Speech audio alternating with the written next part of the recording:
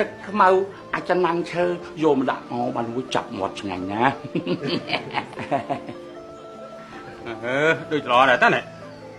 មកទឹកផ្សេងចិត្តល្អយកមកខ្ញុំមិនថាអី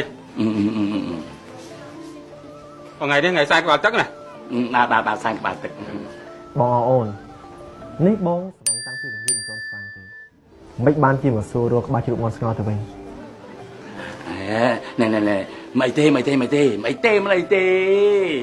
ចាំតិចចាំចឹកផ្សេងរៀបចំឲ្យមកឆ្ងាញ់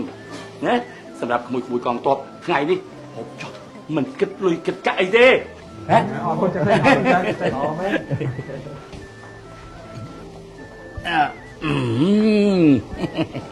មកហើយអើយ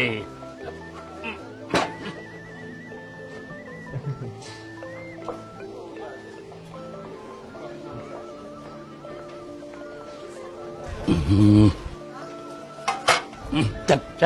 ง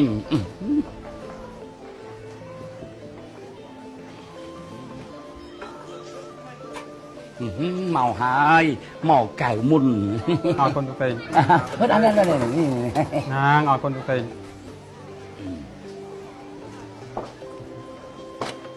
មកហើយអានេះក៏ឆ្ងាញ់ណាស់ហើយអីត្រាំតប៉ែណាអរគុណទៅពេងណាទឹកពេងដឹងចិត្តខ្ញុំ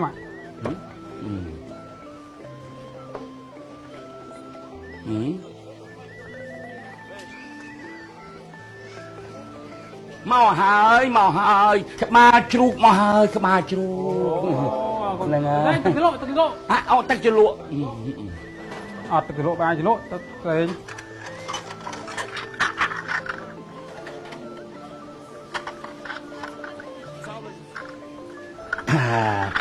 ទឹកជ្រលក់ចានមួយម្នាក់ជ្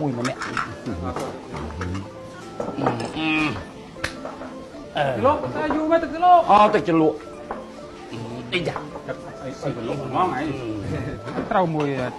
តែជ្រូកក្បាលជ្រូកហ្នឹង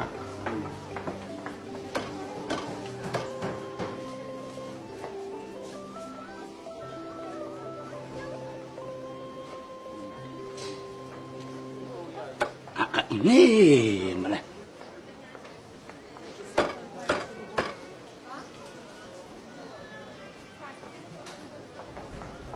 មកហើយមកស្ងន់មាន់ស្ងោអរគុណមាន់ស្ងោទៀតចឹងហើយខ្ញុំបាត់តូតអូ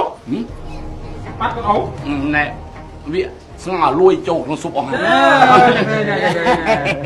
លេងខ្លាំងណាស់លេងតូតទេណានាំនេះហូបទៅក្បាលជ្រូកក៏មានមាន់ស្ងោក៏មាន